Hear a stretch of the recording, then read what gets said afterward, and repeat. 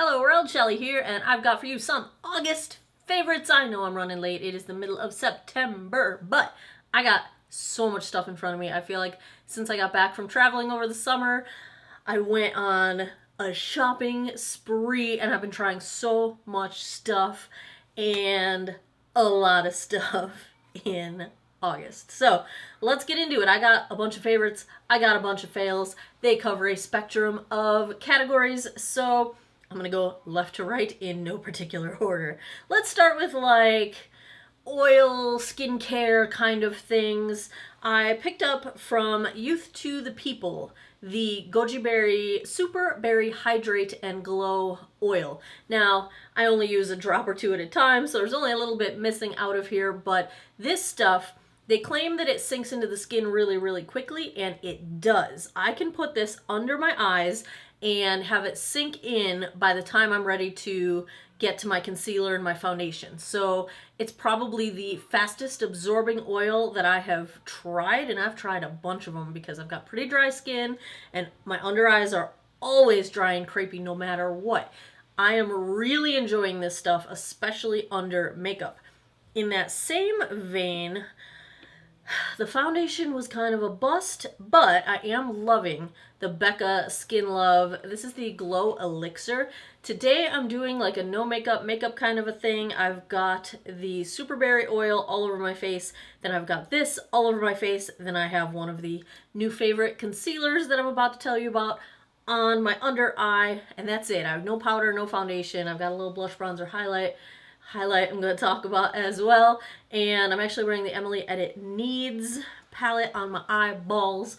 But this stuff is just really nice for a glowy finish. Coming from someone that used to say they hated to be dewy and glowy, all of a sudden I'm obsessed with being dewy and glowy. And this I really enjoy. It's got a fragrance to it, but it's intended to have a fragrance. It's a Glow Nectar. I thought they had what is on here. It smells kind of, I would call it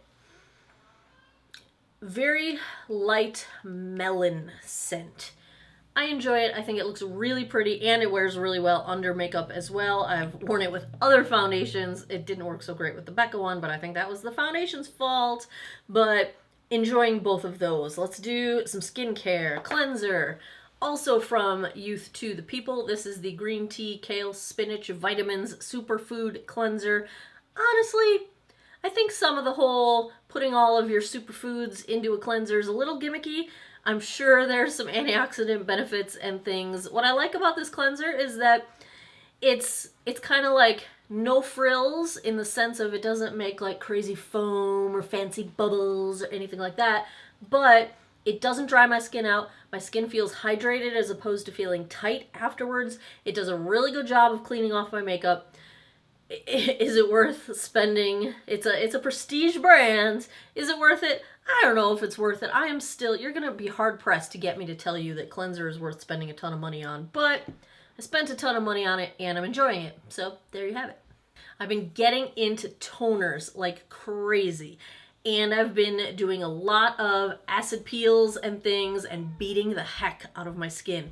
So I need hydration to bring it back to life. I've been trying the Lancome Tonique Comfort. It's the Comfort Toner. It's a hydrating toner. Big Pink is like their marketing name for it in all of their ads with all the young people using all the skincare. And they never have old people like me. But anyway, I'm enjoying this. I have only one complaint. I do think it is very hydrating. I think the bottle looks great on the sink. But do you see the opening where the product comes out? It pours a ton of product out. This doesn't work very well on a cotton pad.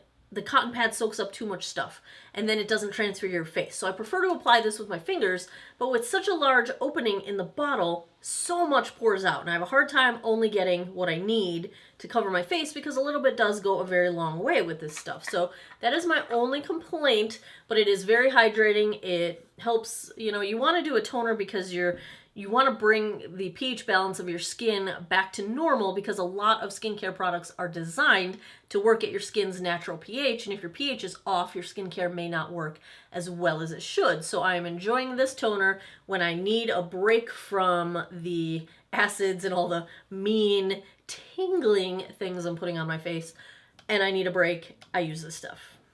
Another favorite, this one I've only been using for about 2 weeks now, so keep that in mind. I'll update you if anything changes, but I'm really enjoying it. It's the Peter Thomas Roth Water Drench Hyaluronic Cloud. This is a serum, but I've been using this as my evening moisturizer. As it's summertime and it's more humid outside, I don't have such issues with my skin drying out. I still need to moisturize, but this has been really nice in the evening. It feels a lot lighter. I don't go to bed feeling like I've got heavy, sticky stuff on my face, especially when it's warmer outside. It sinks into the skin beautifully, but I feel like I wake up with my skin just as hydrated as if I was using one of my other moisturizers. So I am enjoying this for a summertime sort of evening nightcap for my skin. I'm pretty sure that I will have to switch back to my heavy duty stuff come winter. I am still alternating my Belief True Cream Moisture Balm. That has to be in my routine in order for my skin to stay not dry, but I've been able to replace it a few nights a week with this, and I'm enjoying it. Let's do some skincare fails. The e.l.f. Prep and Blur Stick. This thing doesn't blur, it doesn't prep, it does not enhance the longevity of my makeup. It's really oddly yellow, and I just did not like this at all, even for a couple bucks. Did not like it. The Too Faced Do You Fresh Glow Setting Spray in the Tutti Frutti line. Glitter Bomb. And I'm into being shiny right now. Not this kind of shiny. This, I don't feel like it helped extend the wear of my makeup. I had overspray of glitter all over my clothing and in my hair. Not a fan at all. Let's get back to happy things. So, another favorite. Now, I've got two things that have to do with self-tanner. I realized we were at the end of that season, but for some people, you might live in an area that you can self-tan year-round, or at least longer than I can here. Or, you know, maybe you just wear tan all throughout the year. I'm in the process of turning pale again, but I picked up the Loving Tan Bronze Shimmer Luminous Cream. I had seen this on Atlee's channel on her self-tanner video, and this stuff is really, really pretty. It's not super dark, so even if you have fair skin, if you've just got a little bit of tan going on, I liked using this on, you know, my neck, my shoulders, and my arms. My only complaint is that it feels like it's half empty. It's not cheap, and it feels half empty. Like when I'm squeezing the product out, I'm like, I just feel like it's half empty, and that kind of bummed me out. But this is medium for light to medium skin tones, and it's really pretty. The shimmer is not glittery, it's not obnoxious, it's very subtle, and I felt like the other thing it helped to do was if my self-tanner was kind of like on its last leg and I needed to redo it, this would kind of get me over the hump until I had time to redo my self-tanner. So very pretty, very good non-orange shade for fair skin. And I also picked up from Drunk Elephant the d-bronzi Anti-Pollution Sunshine Serum. Sadly, it'll probably be bad by the time I need to use it again next summer, but I did get several weeks of use out of this, and let me tell you my favorite way to use this. So I don't self-tan my face. So when I'm self-tanning, you know, the rest of my body is tan, and sometimes I don't want to do a full face of makeup, but I rely on my foundation to make my face match my body. This solves that problem. If you're not going to wear a full face of foundation and you still want your face to match your body, you mix a pump of this in with whatever moisturizer or serum you're going to wear for the day. I was mixing it with Protini from Drunk Elephant, and it's perfect. And you can adjust the shade based on how much of this you pump in. It's brilliant, it's beautiful, it's got some skincare benefits to it. I thoroughly enjoyed this for solving that issue because I do not like to self-tan my face. I do so much exfoliation that the self-tanner would just be disappearing and blotchy if I were to self-tan my face. So yeah, d-bronzi worked very well. Let's do fragrance. I suck at describing fragrance. This is Nest Black Tulip. It smells so kind of an evening scent, although I don't follow any of those rules. It's like that deep, musky sort of, it's almost the anti-floral. I'm not into flowery things. I'm so bad at describing this. Let me just tell you what some of my other favorites are, and if you like some of my other favorites, maybe you would like this too. Pinrose Pillow Talk is one of my favorites. Marc Jacobs Daisy. Kat Von D, I love both Saint and Sinner, but I prefer Sinner. What else do I wear? Juliet Has a Gun, Not a Perfume is one of my all-time favorites. So if you like any of those, you might like this one. Let's do some makeup. I've been obsessed with two of my recent foundation reviews. The Dior Backstage Face and Body. Heck yeah. I wish they would come in stock with the paler shades because I need my winter shade. I'm going pale now. I need it. It's been out of stock for all of my life.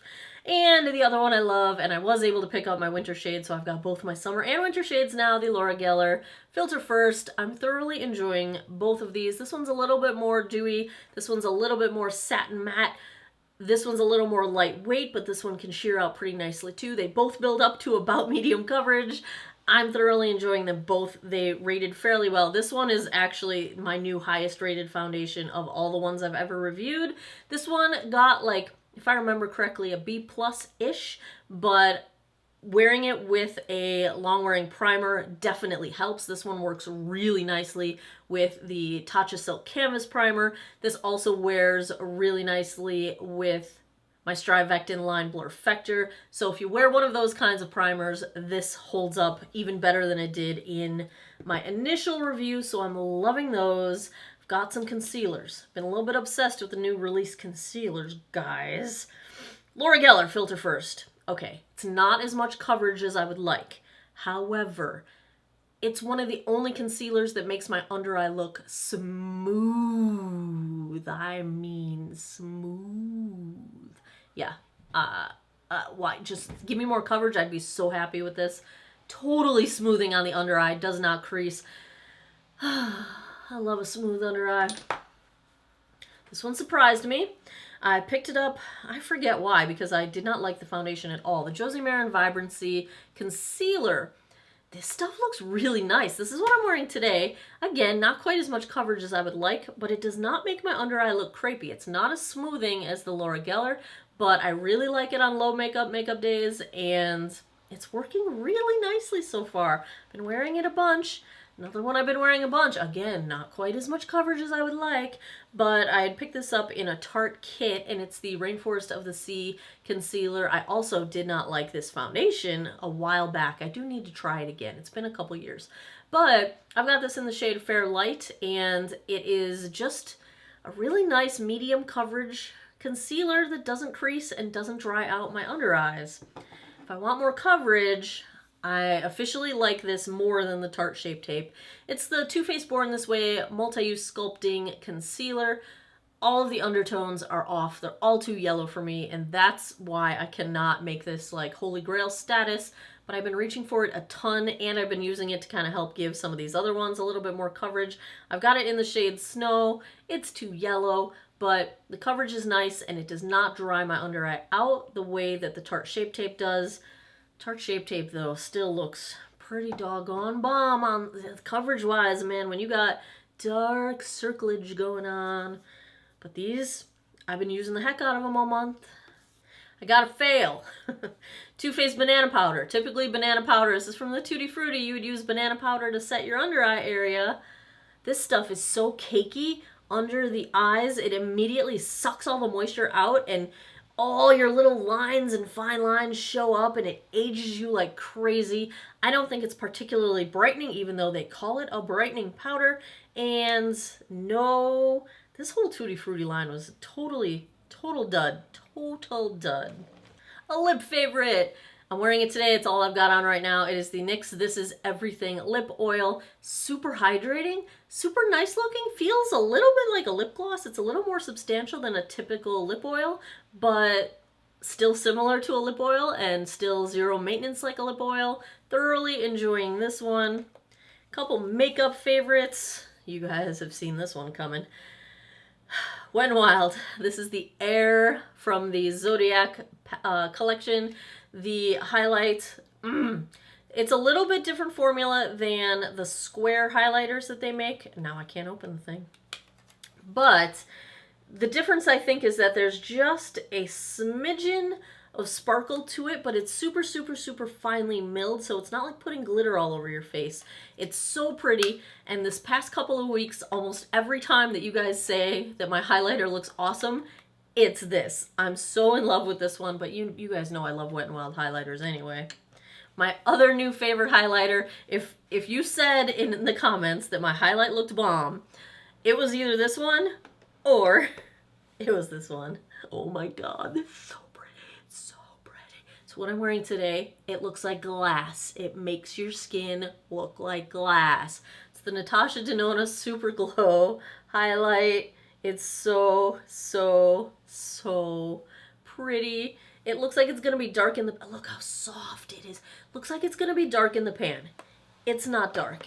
It's just... It's so hard to show highlighters on camera, you guys. I don't know if you're going to be able to see, but it's on my face. And, oh, I love my hand now. It's just so pretty. Makeup fails.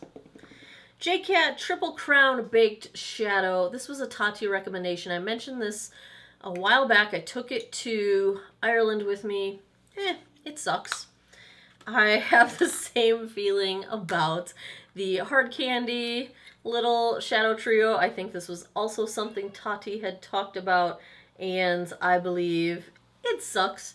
This is a rose gold highlighter, supposedly. It's just glittery and chunky with very little pigment. Very little pigment. Yuck. Don't waste your money. Another fail. Basically, most of the Joa stuff that I tried did not like. The eyeshadows especially, bad. Very, very bad. They made it into the fail bin. My Maybelline Tattoo Studio. This thing is really cool. It's like this little brush tattoo pen for brows. It dried out after 3 uses, and then several of you guys in the comments were like, mine dried out too. Fail. I don't know if it's a packaging fail or a formulation fail or a construction of the component fail, but something failed in there, and no way do you use it 3 times and it's dead. No, that is unacceptable. I feel so serious all of a sudden. Another fail. Voluminous Lash Paradise. Alright, L'Oreal, stop slapping popular names on products that suck. You should have just kept the fact that your Lash Paradise mascara was good. This eyeliner, it's just garbage. Okay, not only was it hard to get to apply smoothly on the eyelid, especially if you have crepey lids, the thing's fallen apart. A piece of plastic has already fallen off my brush, and I don't know, is this dried up plasticky product? Is it the wand falling apart? I've never been able to quite figure it out. This thing was a mess. When I was doing my full face of new products, trying this out, I couldn't even finish my eyeliner. I had to go switch back to my Physicians Formula Ultra Black because this thing was garbage. It is garbage. That is my official opinion of this one. My last favorite is hair. Since I dyed my hair red, I've been using these. And this is from John Frieda. It's the Radiant Red. It infuses red tones with every use, and it's shampoo and conditioner with pomegranate extract and vitamin E. It is conditioning enough for my dry hair, and I think it is very well keeping my red. This is the lowest maintenance red hair I've ever had in my life, and I've had red hair many, many, many, many times. I will say that once a week I mix in some of the Overtone Extreme Red that was in last month's favorites with the conditioner, and that seems to keep my red going strong until I'm ready to dye my roots, which needs to happen very soon.